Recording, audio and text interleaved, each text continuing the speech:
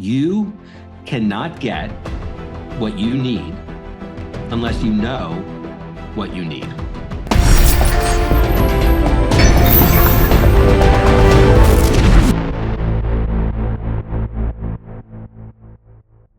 I am here today with Dr. Stephen Rogelberg, who is an organizational psychologist. He's the chancellor's professor at UNC Charlotte, and author of the new book, Glad We Met, The Art and Science of One-on-One Meetings.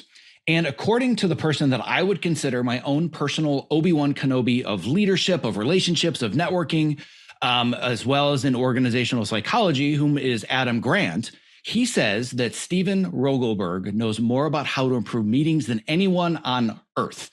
Coming from Adam Grant, for those that don't know, that's about as big of an endorsement as you can get. That's like Michael Jordan saying of another basketball player, they're the real deal. You've done keynotes for companies like Google, Facebook, Amazon, Pfizer, Cisco, Bank of America. I could spend the entire call mentioning the list of names, but there's one notable one that I think is going to pique the interest of my audience today, which was Warner Brothers. And I bring that up because, and you can speak to this because you've spoken to many companies, the other people that I've talked to in organizational psychology and leadership, those that have worked in both the corporate space and the entertainment space, say that they've never seen anything more messed up or disorganized in entertainment. I've got that distinctly from Greg McEwen. He's like, Hollywood is a whole different kind of mess, right? So I guess where I want to start today is, first of all, saying immensely appreciative of your time. So thank you for being here. Oh my gosh, it is such a pleasure. I really appreciate it. And I am confident in saying that today's meeting could not be an email, but most of them could be. So I guess where I want to start is by answering the quintessential question. Why do meetings suck? All right.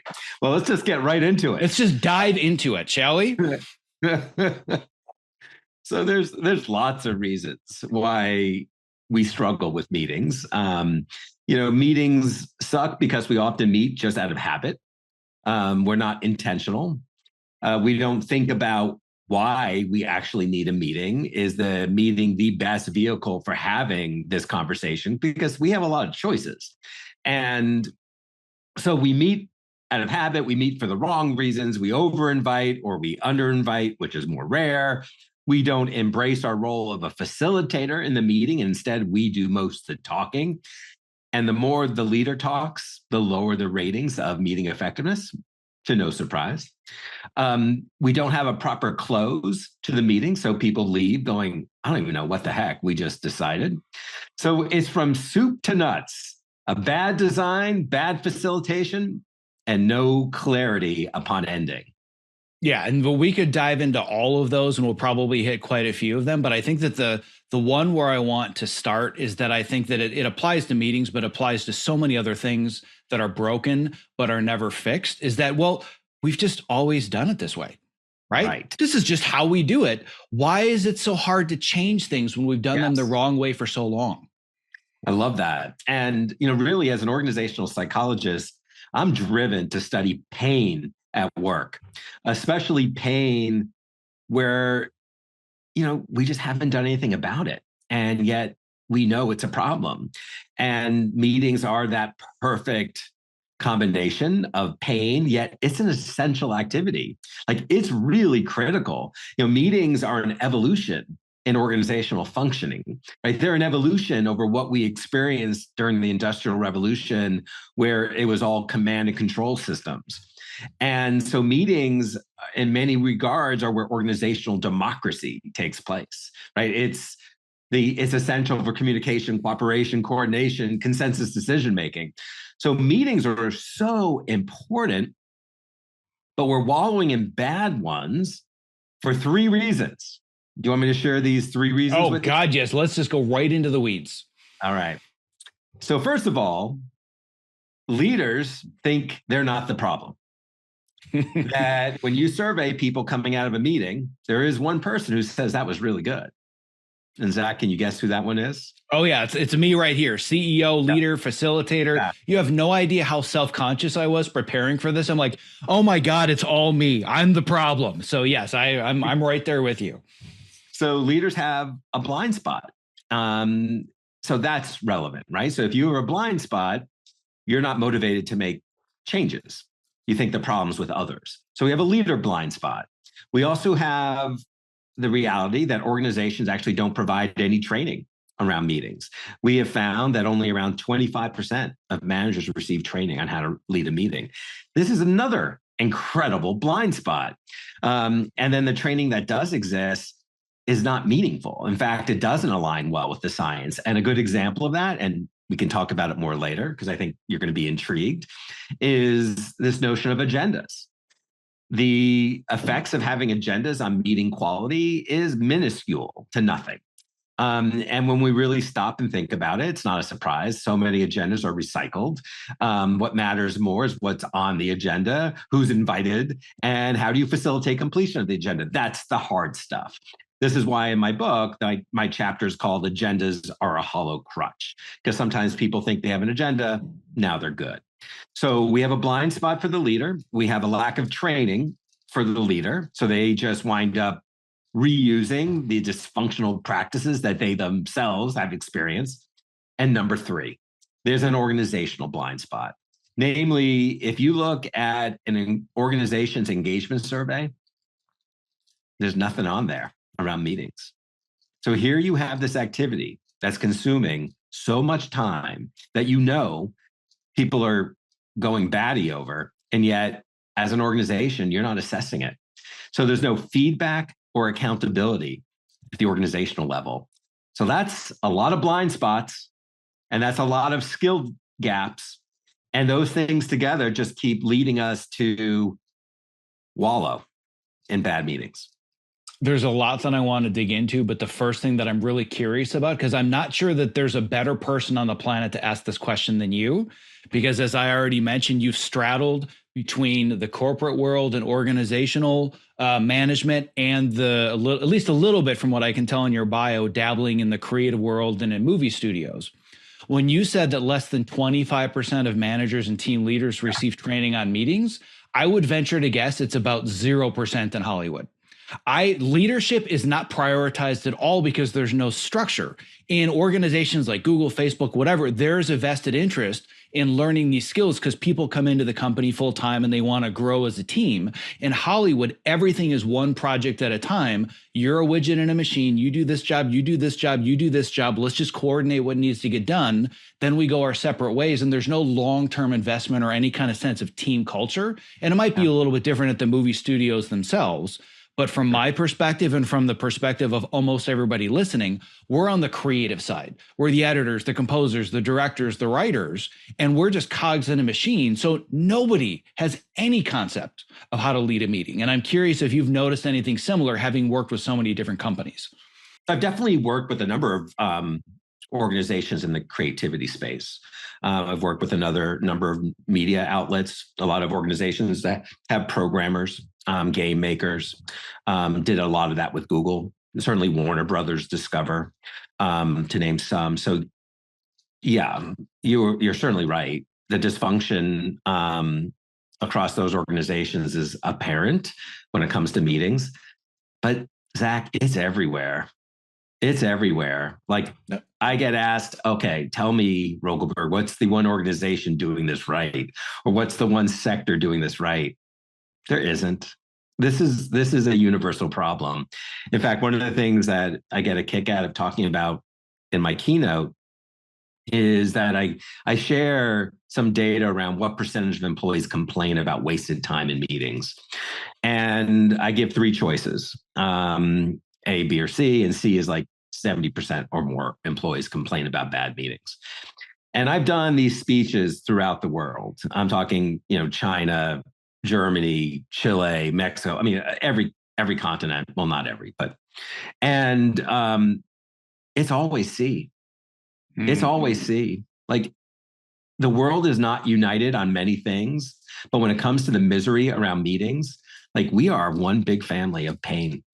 And every sector is struggling. And what's interesting, though, is getting this right. It's definitely, we know it's going to help individuals and people, but it's critical for the organizations that the data links effectively running meetings and organizational profitability. It's even tied to retention of your top talent, right? If your top talent, your top designers, your top creatives are wallowing in bad meetings, guess what? They're out of there. They're leaving.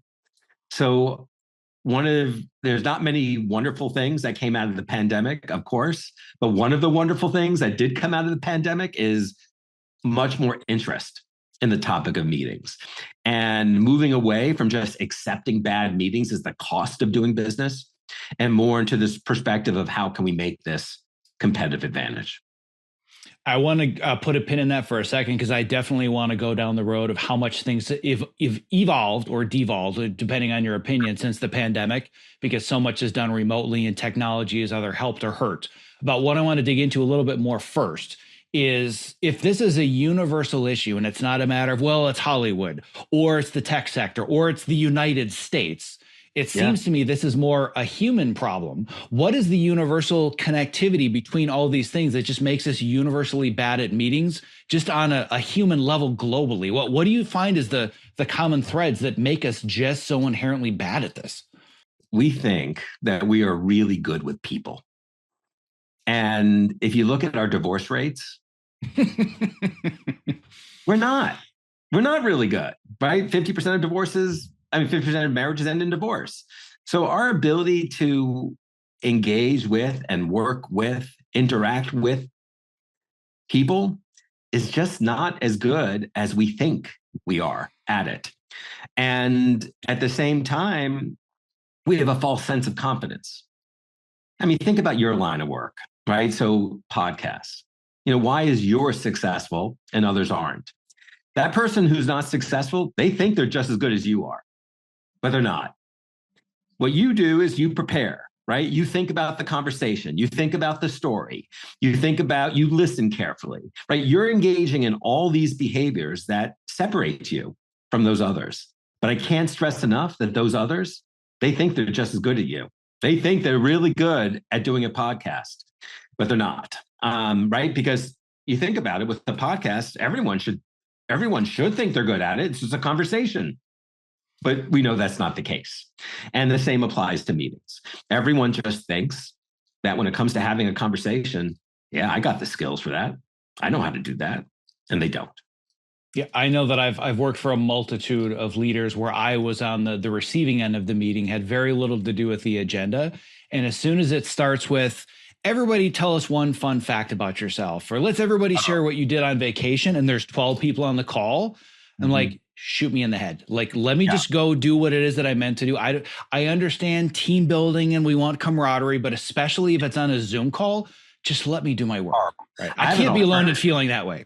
Oh, you're not. I have an alternative to that, by the way. That's awesome. Yes, let's hear it.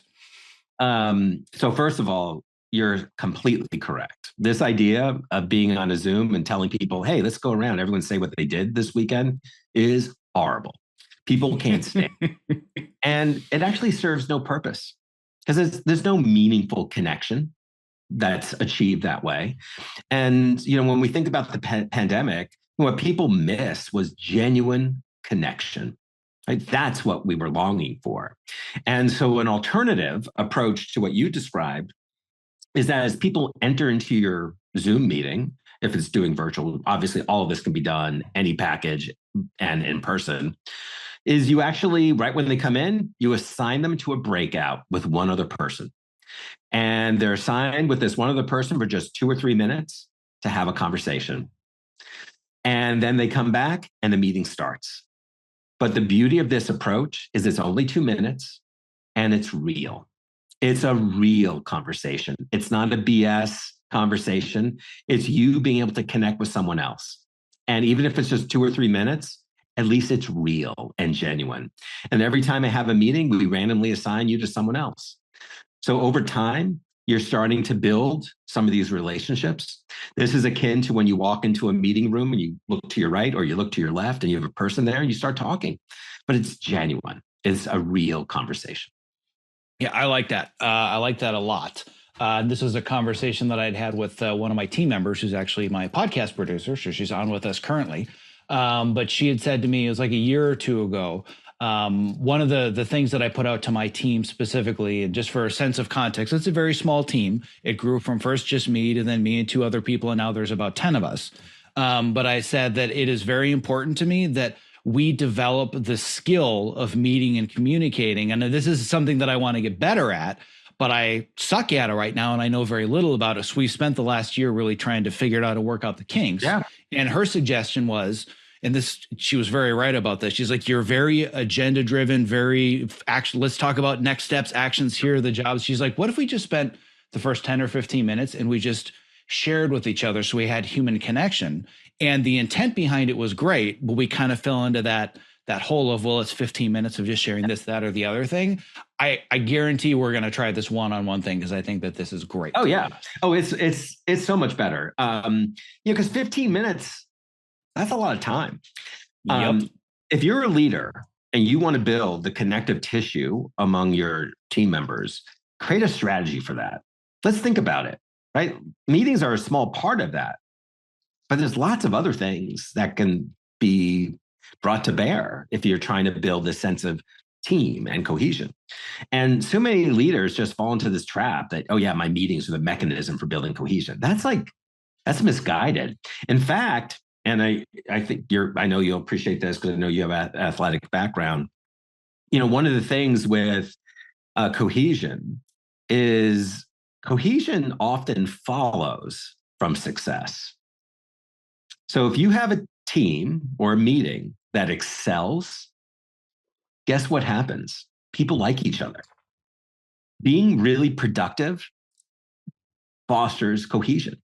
So this idea of taking 10 to 15 minutes away from getting stuff done, I'm not as keen on it. I'd rather, do this shorter 2 or 3 minute intervention, have a fabulous meeting where you kick butt, and then you're building cohesion through that. And then as part of your long-term, plan, say, okay, how can I build the most cohesive team I have? And what could that look like? And what strategy will I have? And be intentional and purposeful with it. Yeah, I love all of that. And what that made me think of is that, and I'm glad you brought up sports, because I've always been so interested, not so much in the actual sport, in the athletics of it, or even in the players on the team. I'm such a nerd in that ever since I was a kid, either all the major sports teams or the major sports or, iconic movies, I was always more interested in the coach. Like when I've talked about ad nauseum about how the Karate Kid was my Star Wars, and I ended up working on Cobra Kai as, like my dream job. I was always way more interested in Mr. Miyagi's philosophies than Daniel. When I watched Miracle, way more interested in the coach and the Kurt Russell character than the team. Hoosiers, obsessed with Gene Hackman. I don't even remember the players' names, but I loved the Gene Hackman character. So I've always been interested in leadership. And whenever people would look at successful football teams, I was really into football for years. Everybody underestimates the power of the locker room and the culture in the locker room and how that makes such a difference in winning or losing. And that's one of the things that I've really zeroed in on, is now that I'm building more of a team rather than just, and I fell into this trap as a solopreneur transitioning to building a team. Well, I've got a really long to-do list. Now I have more people, so I'm going to outsource my to-do list. Right. And that just wasn't working. And essentially the meeting was a faster way of outsourcing tasks and to-do lists. And then I realized, well, that doesn't work. And it was more about, how do I delegate authority and use meetings to solve problems? So working in Hollywood as an editor or as a creative, I've seen so many horrible meetings where you literally have every department head. So you have 50 people on the call, and it's a disjointed mess, and it's 2.5 hours and nothing gets done. Yeah. Versus you get 3, 4, 5 people on a call, and it's about, let's solve a problem together. Mm-hmm. And my team and I hope, and again, I hope that the leadership blind spot isn't there, because my team might be on this call and say, oh God, our meetings suck. So I could be wrong. But now what I've done is I've structured it around a question. Here's a problem to solve. Anybody can jump on the call that feels that they have a relevant solution, so we as a team can solve this problem. And now I love our meetings. They're so much fun. So I want to, that's awesome. Oh, go ahead. No, I mean, that's one of the things I talk about in my my research.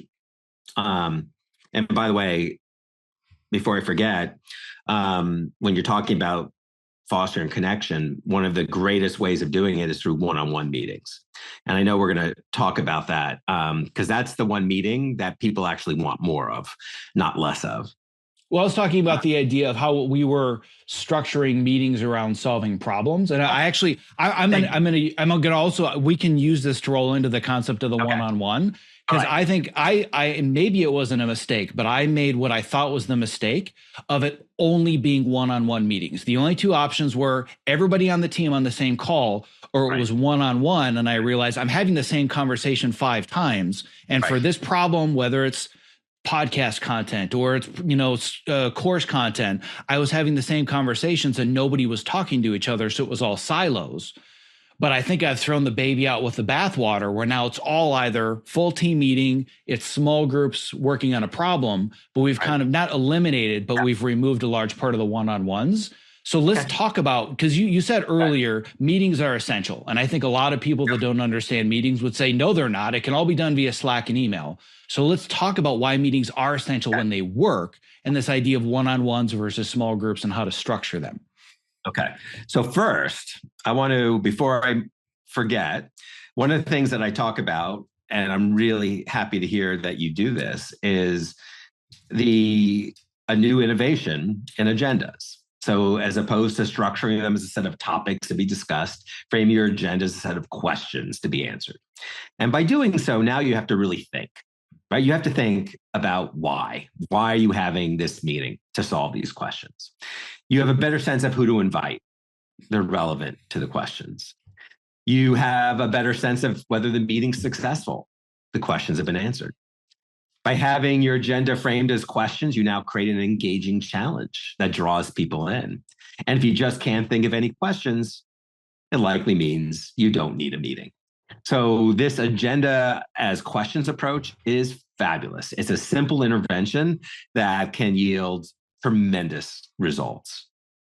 Now, some other things, you're absolutely correct. Leaders have a variety of different communication choices that they can make. I mean, obviously, there's team meetings. There's tons of asynchronous opportunities. So many leaders, especially with creatives, have fabulous success having basically this asynchronous document for each of their people. And, people pose questions, they get answers, there's this dialogue, it provides this connective fiber between, the various meetings. It becomes documentation when you have performance appraisals or what have you. So the use of asynchronous documents are great. It's a great way of having a meeting.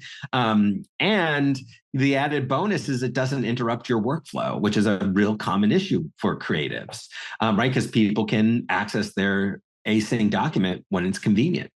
Related to this, some leaders, if they need to just create some one-way announcements, instead of scheduling a meeting, they do a little podcast with themselves. They record themselves. It's so easy to do. And then they send it out and they let people listen at their own time, right? So many people, and in particular creatives, they crave uninterrupted blocks of time.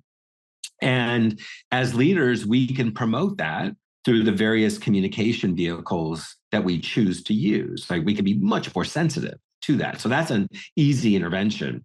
But circling back to that other piece, one-on-ones, which is obviously, that's the core of my new book, Glad We Met, The Art and Science of One-on-One Meetings. Those meetings, they're so different than the other ones, right? One-on-one meetings is the one type of meeting that should not be an email. It's the one type of meeting that employees want more of, not less of. In fact, our research shows that what employees desire is having these weekly, which I think is really interesting. And this was a cross-cultural global study. What was also interesting is senior leaders, counter to generational stereotypes, actually wanted the most one-on-ones because they recognize, right, how valuable contact is with your manager. So these one-on-ones are this opportunity to truly connect with your manager. They're orchestrated and facilitated by the manager, but it's not for them. It's for the direct. It's that one predictable time every week or every other week where that direct knows they have you, that they can bring up what's on their minds and have a discussion with you about it. And the role of the leader is not to jump in there and necessarily rescue or solve, but just to ask good questions and, provide counsel when it fits. But these one-on-ones can truly elevate employee experience. We all know the adage that people don't leave bad jobs, they leave bad bosses. Well, one-on-ones are your opportunity to prove you're not a bad boss. And I get asked often whether one-on-ones are optional. They're not. They're required. This is literally where leadership takes place. This is your stage for leadership. So one-on-ones are critical for promoting employee engagement and success, but it's also good for your success as a leader, right? We're evaluated by the success of those that report into us. And so as our team members and team thrives, so do we. Furthermore, what's generally been found is that when managers have regular one-on-ones with their people, they actually have less interruptions between meetings. So they have more uninterrupted time, right? So this is good for the leader.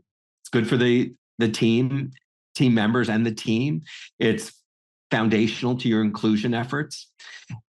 And I'll add that it's also just good for your well-being and health. One of the best predictors of life satisfaction is helping others. And one-on-ones are your opportunity to show up for someone else, to truly see them. I have a very unique perspective in that I can look at this from two diametrically opposed angles. The first of which is you said the creatives desperately crave focused blocks of creative time where they're uninterrupted. Oh my God, that is the story of my life. And the reason why, as an individual creative working as a team where I am in a cog in a machine, do not tell me when to meet. Do not constantly say, did you check your email? Did you get this message? You didn't hire me to answer emails and be in meetings. You hired me to edit this show or whatever the job might be, right? So that was always the way that I saw meetings for most of my career. Then all of a sudden I transitioned to the leader. And I said to myself, well, I want to meet with all my team so I know what they're up to. But the slant that I took, I think I'm doing some things right with the one-on-ones, but I want to dig into this a little bit deeper. I said to them, I want you to bring the agenda. This is not me telling you what to do. Think of me as your coach, right? I work for you in these meetings, so it's your responsibility to come with questions, challenges, and I want to coach you through it. So I think that for the meetings themselves, maybe they're not as awful as I think they are, or again, maybe I have the blind spot. Yeah. Here's what really hit me though, and this is still the kind of the rock and the hard place that I'm between. And I can't imagine a better person on the planet to solve this problem than you. I'm also still a creative. I still want to be able to write, or I want to be able to do whatever, content development I'm doing, or I still have a creative job on the side, right? So what I have found is that now as the leader, as we talked about from a communication perspective, doing only one-on-ones created silos and a lack of communication between people working on the same project. Setting that aside, I found that I am in meetings all day long and I never get anything done. So that was one of the reasons that I said we need to find a different way to meet, because I'm the bottleneck, because the creative work I'm responsible for, I can't get done because I'm always doing one-on-one meetings. What's the sweet spot? What's the middle ground to make them work, but not sap up all of my time or my team's time? Yeah. So I have two quick responses. One is start using asynchronous more, because that will free up some time. So start looking for ways of having more asynchronous conversations with your folks. And then, second, just be much more intentional with how you place these things on your calendar. You should lock up a certain number of hours each day for your creative work. That's not a negotiable. If you don't respect that time, why would you expect anyone else to respect that time? So if you think it's important, schedule it, book it. And when you're scheduling meetings with your team, basically the ideal, and this can be all through conversations, is once you have a better sense of how each team member wants to schedule their meetings, then, you have this working model so that, if you want to respect Bill's time, that he generally prefers meeting in the morning. That's great. Now you know that. And you could take that into consideration. So start having these conversations around what are people's preferred meeting schedules and make note of it. But that doesn't mean that you give up your scheduled creative time. But those two things together, holding sacred your creative time and being more intentional with your scheduling of meetings, that will generally allow you some blocks of time to get into flow, which is critical. Now, initially, people thought that only creatives would benefit from getting into flow, but that's not the case. All humans benefit from flow. All humans benefit from uninterrupted time. And then furthermore, I do want to say that when I've worked with creatives and programmers and such,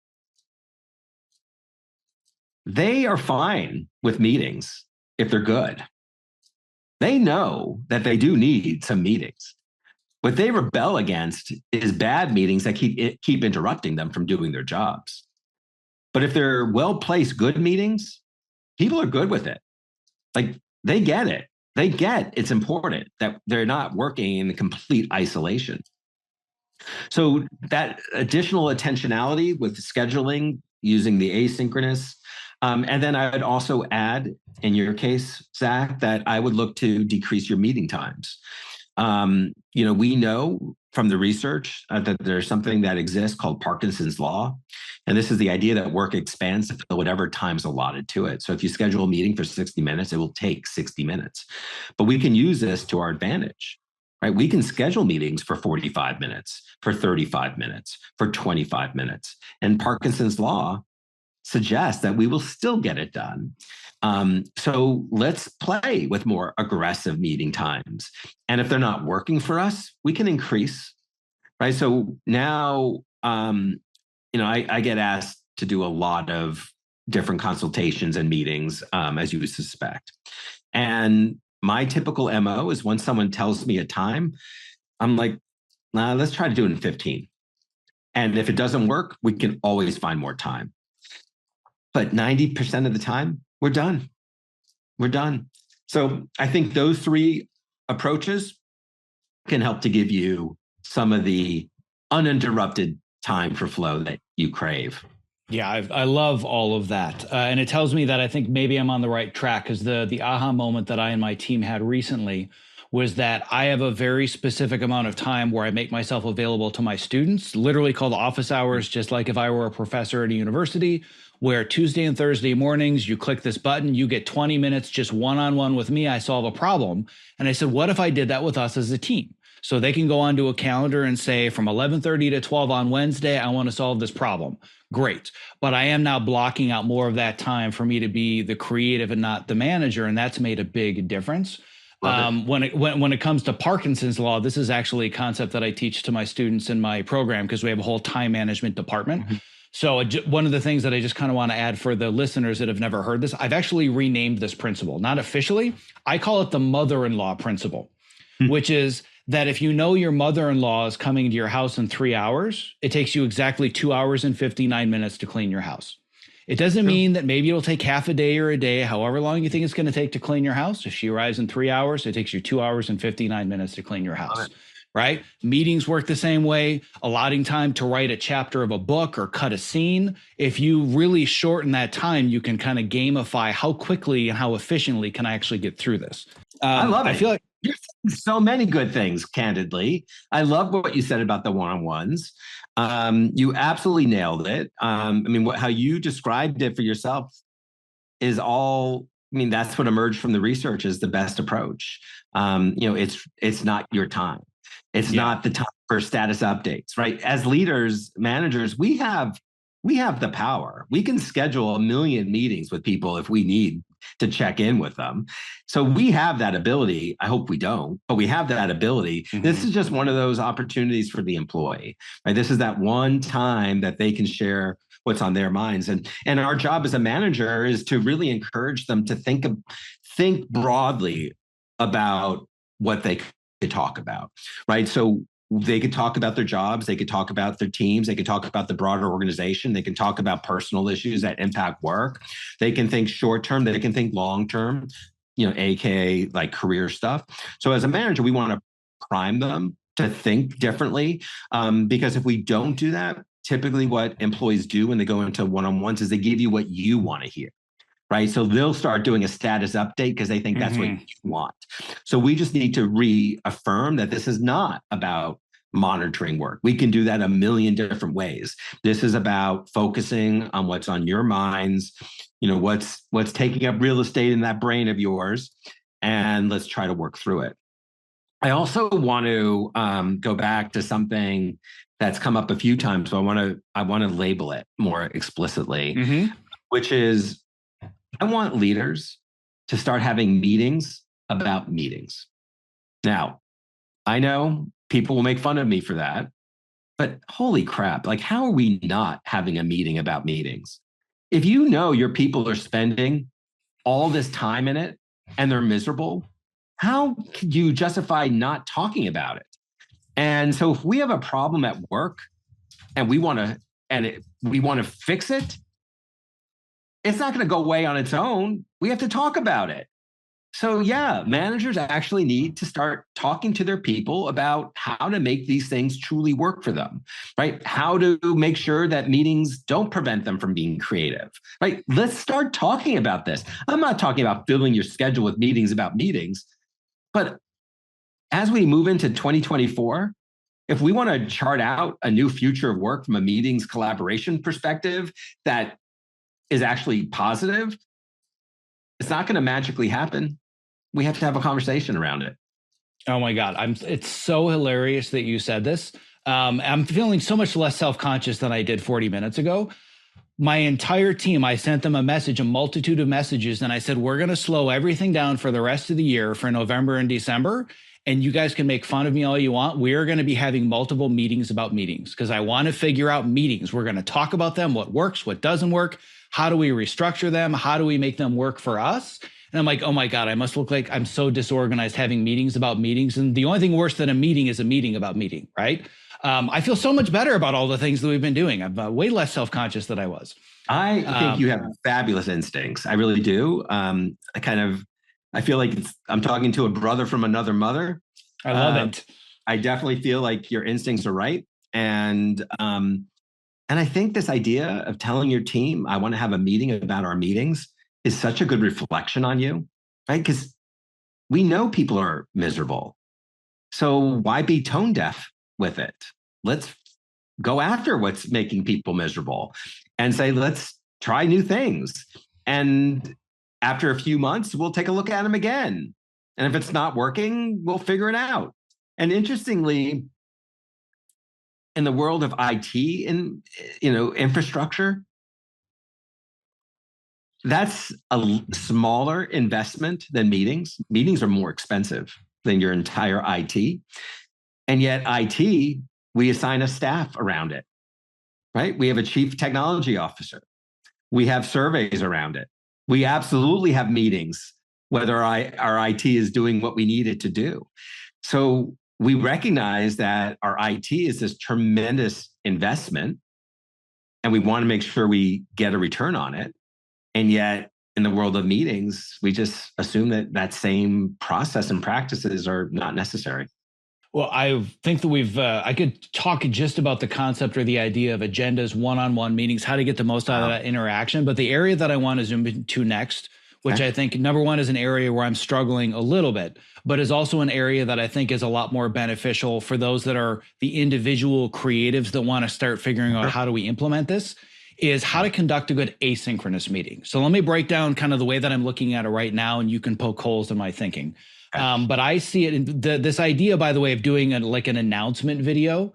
That was brilliant. I'm already thinking like I could do a status update every week. Here's what we're working on. Here are the things to know, and I don't even need to meet about. I love that idea. So I'm already going to start doing that.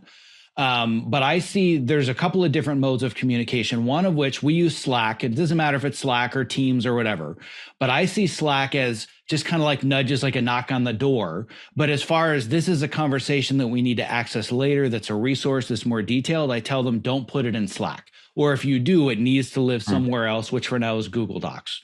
Could be Google Docs, could be Notion. What I don't want to talk about is the technology. This won't be Notion versus Trello versus Asana, but help me and help everybody else understand how to organize the concept or the logic of an asynchronous meeting, because I feel like I'm still kind of struggling with this one.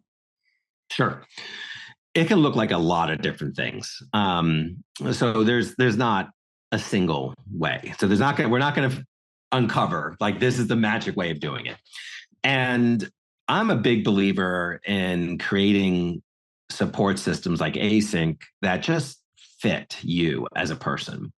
So there's a few approaches that people have found successful, which, by the way, this is why the new book, The Glad We Met, I signaled that in the title, right? The art and science, because when it comes to one-on-ones, there really is a lot of art to it. So the science helps, but there is an art. My first book, The Surprising Science of Meetings, that was really about dumping the evidence so people can start making better choices. There wasn't as much art involved. So when I think about asynchronous, the approaches that I've seen leaders experience the most success, one is framing this asynchronous by date and key questions. And then, so here's the key question I have, and there's this running dialogue, and these questions just kind of accumulate over time. A second approach is, here are my key priorities. Here's what's going on with each one of them. Here's where I'm struggling, running into issues, and allows you to immediately plug in some responses or comments. So that's a second approach. And obviously, the first two approaches can be merged. A third approach is more of a template-based approach, where you basically say, okay, in a one-on-one, we can talk about things related to your job. We can talk about things related to the team. So we basically structure our template. And I have some models in the new book too that people can just take. So you structure the asynchronous document almost like this template. It's labeled, this is, week X. And then people fill this in, implied or various questions that you'll chart into. And then basically you're able to leaf back through this asynchronous document and find the story that exists for that individual. And you're able to keep making the connections to what's been in the past. So those three approaches, I think people have found great success with. I do want to share a bonus, is that depending on your approach, let's say that the asynchronous is really about identifying, the key actions that emerge from one-on-ones, indicating what status and progress you've made. This stuff can actually just be thrown into an AI, and AI does a fabulous job content analyzing notes over a long period of time. So you could put in the story of that employee, right? Looking at those notes and telling your AI to identify the themes that emerge from it. And then it's going to do a fabulous job. And then that could become the corpus of material for your annual, your every 6-month performance appraisals.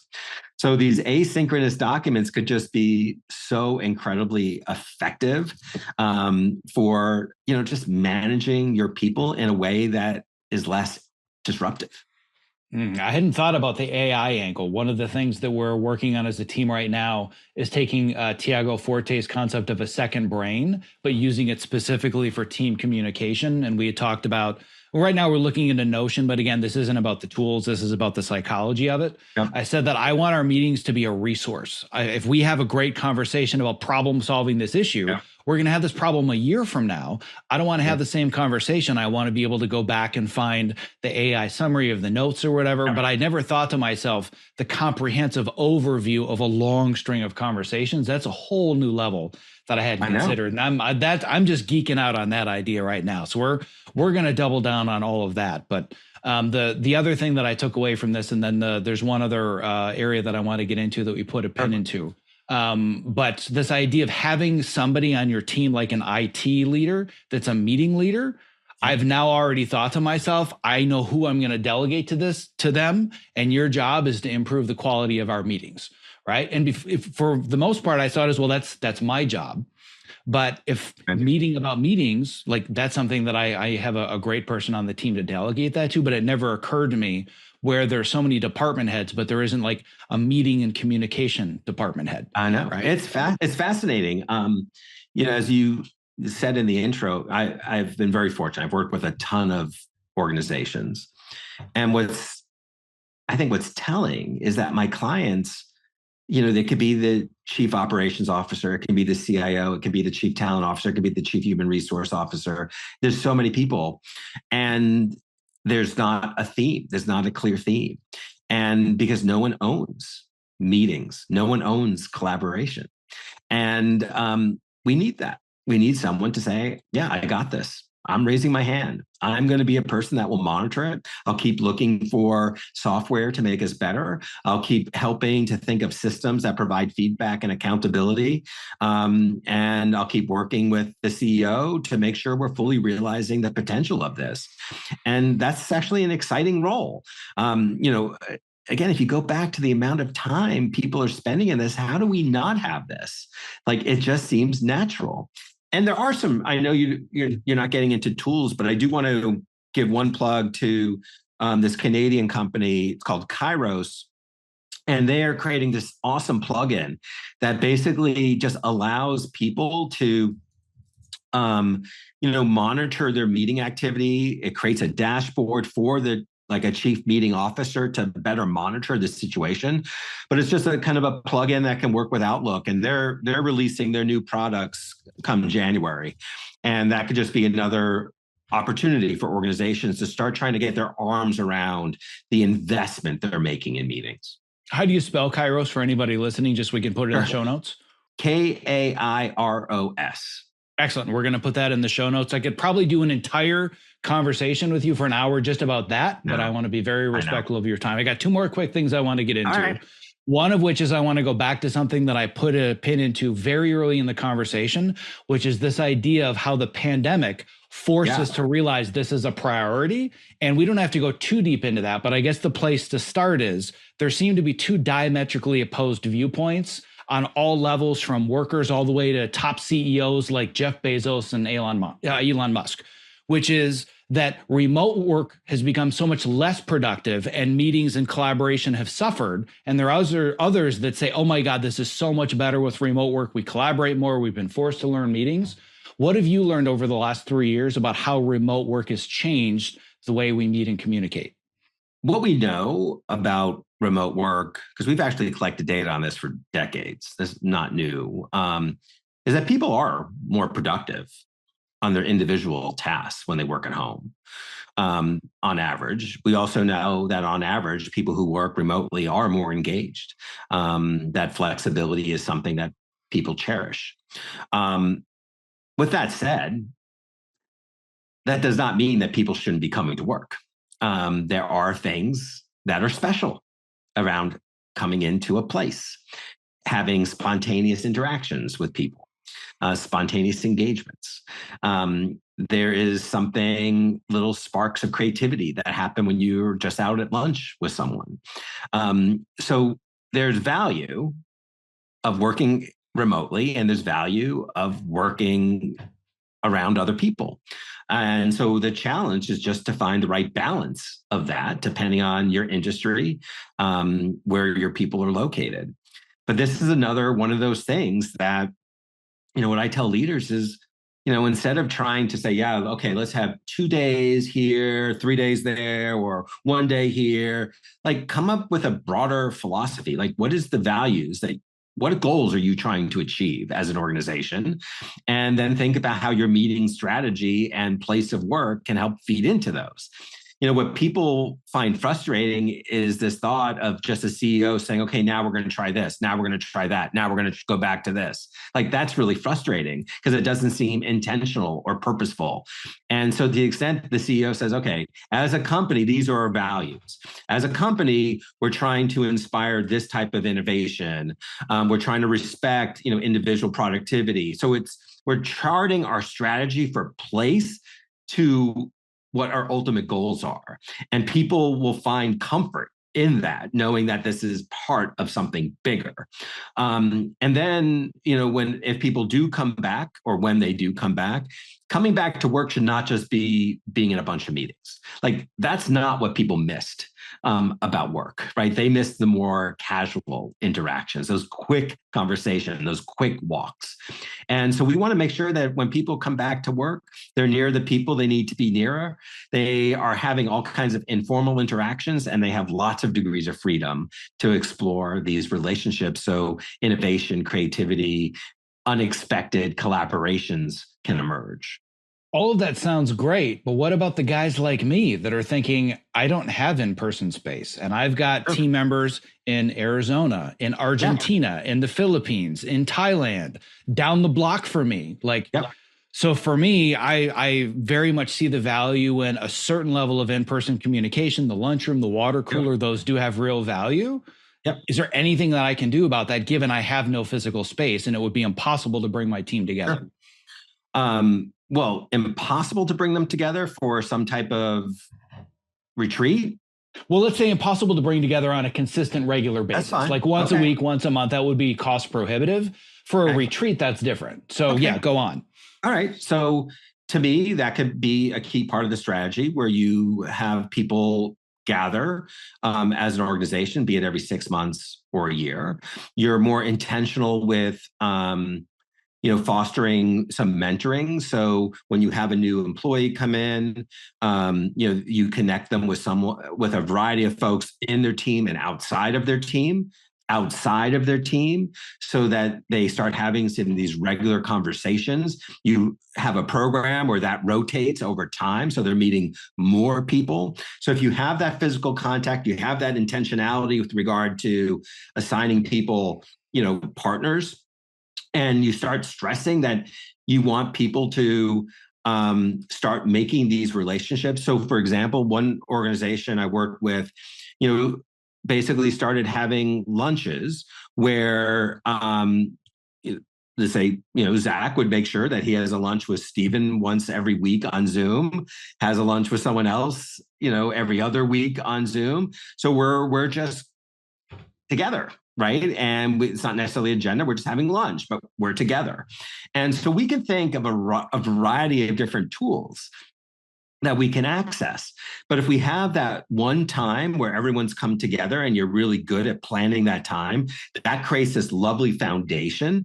And then you want to just make sure that your other informal systems between those gatherings are in place. And next thing you know, you have a sense of team. I love it, and that's a big thing for us. Is we're really doubling and tripling down on team culture. That's one of the great things about a startup is that even though we have very little financial flexibility and we're still all trying to figure it out, we've said from the beginning we would rather move slowly but intentionally and deliberately, and we want to build around a solid team and build around character and skills, not just who's the all-star in this one department and they come in and build funnels or they can build course content. It's team cohesion and culture are important, but man, am I impatient. And I really like it all to just gel and work in all of our meetings to be perfect. But we've really doubled down on making sure it's about team culture and communication. And this idea, I love this idea of like having a regularly scheduled kind of informal Zoom lunch. And also I want to figure out how to do some form of an in-person meeting, once or twice a year, certainly not on a regular basis with people globally. But with the few minutes that we have left, because I want to be very respectful of your time, I've hijacked so much of this conversation for my own personal selfish needs. I want to go back for a second, specifically from the perspective of those that are listening, that are the individual creatives that are part of a team, especially those that are working in Hollywood or other creative industries that are adjacent to it. If they're listening to this, like I would have been 5 years ago before I ran my own team, thinking this is all great, but what the hell am I going to do about this? Because I'm the one that's stuck in these meetings with people that don't have training in leadership or how to conduct a meeting. What do we do to start changing this from the ground up? That's such a good question. And that's the heart of why there's so much frustration around meetings. Because ultimately, when we're called to a meeting, we're pretty much relinquishing our power and we're giving it to someone else. And they often don't treat it well, right? When we give someone our time, that's one of our most precious commodities. And people seem to be very cavalier, and that frustrates the heck out of us. And that's also why we often multitask in meetings to try to reclaim our power. So let me answer the question two ways. In the world of regular meetings, there's very little that team attendees can do if you're not the leader. But I want to highlight a few. First of all, you can make sure that you're a model attendee. right? So make sure your house is in order. Are you keeping your contributions succinct? Are you listening carefully to other people? Are you focused? Are you engaged? So make sure that you are modeling the behaviors that you're hoping to see in others. That's one. Number two is that you can engage in shadow facilitation. So there's nothing that stops you during the meeting from saying, hey, I know Zack was working on X. Maybe, Zack, did you have any thoughts around this? Or, Lisa was, Lisa, did you want to share? So we can engage in some of these shadow facilitation behaviors, right? We can even make suggestions casually that, hey, could we spend more time on X? Because it's so important to where we're going next, right? So we have some of these shadow facilitation behaviors that can help. And then C, number three. Number three is remember the horrible feeling you have being in a bad meeting and swear to not be part of the problem, right? We can all find some meeting that we lead. So harness that discomfort and swear to yourself that you're not going to cause that upon anyone else. So those are the three things from our general meetings. Now, in the one-on-one space, I'll just highlight one thing. And because I know we're running out of time, I want to highlight one thing, is that as a direct report going into a one-on-one, you cannot get what you need unless you know what you need. You just can't get what you need unless you know what you need. So before you go into that one-on-one, really reflect. Think carefully about what types of information, guidance, counsel would be helpful. Be genuine, be appropriately vulnerable. If you don't do those things, then the manager will just take those as cues that they should just be asking about status of various projects. So that's an issue. That's something that's squarely in our court. But the more we give that thought, the more passionate we are around trying to get those needs met. You start the meeting as a direct saying, I'm so happy we're having this meeting. I have these really pressing issues. I'm just so glad. Thank you for finding the time. Boy, what a wonderful way of starting an engagement. I would say that's not only great advice for meetings, that's great advice for life. You can't ask for what you need unless you know what you need. I mean, we could get very existential about that, but man, is that great advice. And I cannot advise enough how much people really should think about that much deeper and much further, because we've been told what we're supposed to need, and a lot of times that's not in alignment with what we really need. That's right. I've gotten through about 3% of my notes for today's conversation, but I want to be very, very respectful of your time. This was immensely valuable. I'm sharing the raw link to this recording with my entire team by this afternoon. Okay. And hopefully we'll get this out to my audience very, very quickly. But in the meantime, for anybody that wants to learn more, whether it's to go directly to find your book or to connect with you, what is the best place to send people? Thank you. I would say my website. I have a very strong LinkedIn presence as well. So certainly you can find me on LinkedIn. And that's just under my name, Stephen Rogelberg. And then my website, stephenrogelberg.com, stephenrogelberg.com. And I have so many resources that I put on there for folks to download. Obviously, there's links to my new book, The Glad We Met, The Art and Science of One-on-One Meetings. I hope people will check it out. I do want to say, I'm so passionate around getting this content out there because I know it can really help people. I'm donating all my author royalties to the American Cancer Society because that's just much more important for me to get it out. And so buy the book if you want to level up your one-on-one meeting skills, or buy the book if you want to help eradicate cancer. Either way. I love it. Just great. Tremendous amount of respect for all of that. And tremendous gratitude for the time that you've prioritized in your life today to share with both me and with my audience. So, Stephen, I wish you the best of luck and can't thank you enough for everything that you brought to me and my audience today. So thank you. Well, thank you, Zack. And you did a fabulous job. Your questions are great. I really appreciate your preparation, your facilitation. It was a meaningful conversation. Thanks to you. Well, that means a lot to me. Thank you.